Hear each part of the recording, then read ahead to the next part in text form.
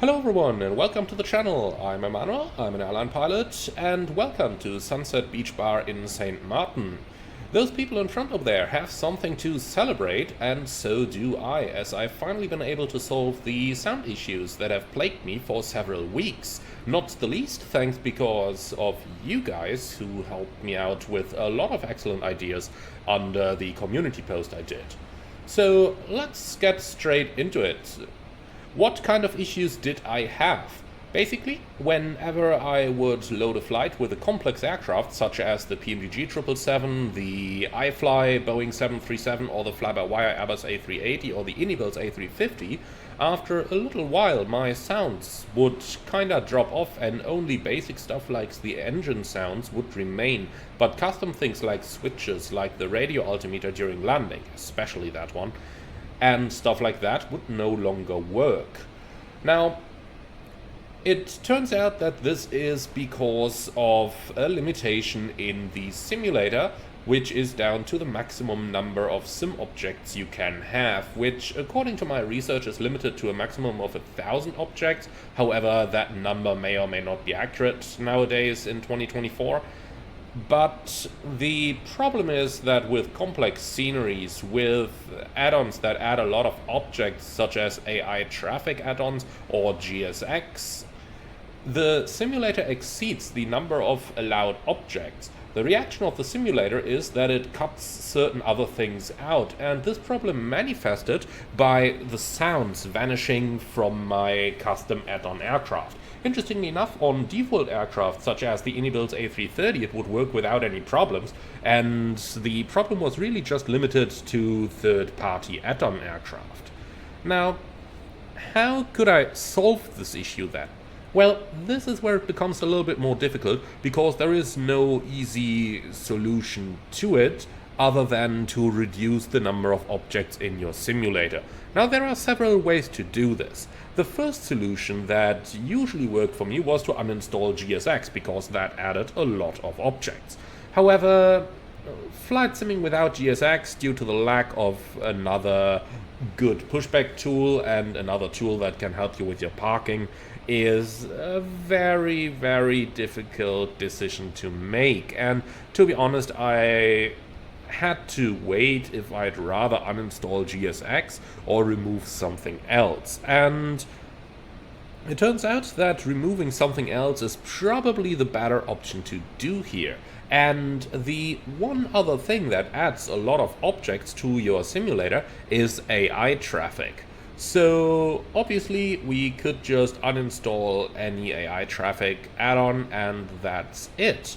And well, I'm afraid that is the easiest solution. However, I would recommend that you sit down at a hugely complex and large airport. Think, for example, London Heathrow, or think in New York John F. Kennedy, and just start with your AI traffic add-on there. Bring in as many aircraft as you possibly can, and then start reducing them gradually until you reach a point where the sounds no longer cut off. A good point here is that you can do these experiments without too many issues, because just changing the view, going from the inside to the outside and back, is going to bring your sounds back immediately as soon as you go below the number of maximum objects in your simulator.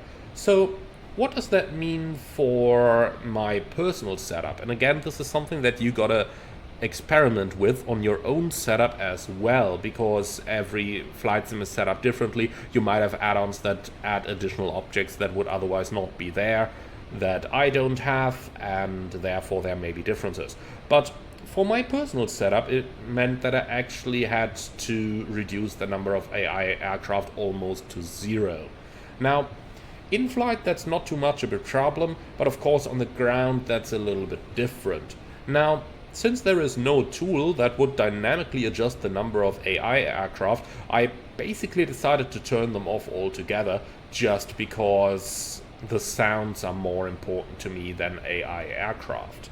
Now, apart from the sound issues, I couldn't notice any other issues with the sim that would appear because of that number of object count. So if you say that you don't really care too much about those sounds, then there is always the option that you are just going to keep the number of objects, keep the number of aircraft, and then don't have things like individual third-party sounds on third-party developers' aircraft. Think, for example, switch sounds in the PMDGs, think radio altimeters in, well, pretty much any of those aircraft. In my opinion, then, the sounds outweigh the AI aircraft, and I'd rather have ground handling by GSX than AI aircraft, so I decided to reduce the number of AI aircraft basically down to 0 in order to cope with this problem.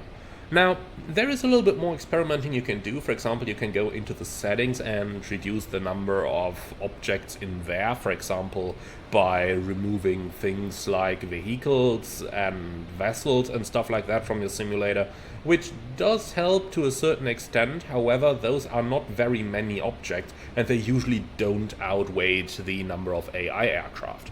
Now, if you're a VATSIM user and you're facing this issue, then you can go into your pilot client settings and reduce the maximum number of aircraft that are displayed. This is in general something that I would love for third-party AI traffic add-ons to have as well, because in there you can just say, I want no more than 20 aircraft to spawn in my simulator. And this is something that really helps, because that way you can determine how many aircraft you can take, and then the pilot client is going to choose those dynamically in order to give you the most relevant traffic for you.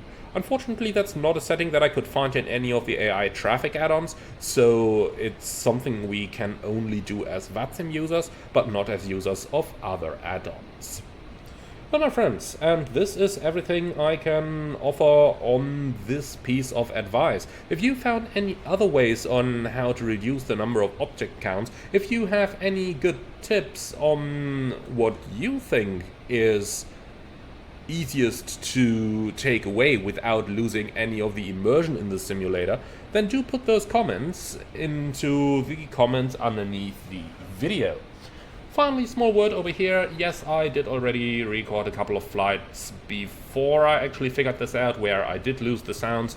So there will be a couple more videos coming from my side where this may happen, because I'm not gonna scrap, fully valid and fun flights just because the sounds cut out at some point, or at least parts of the sounds cut out.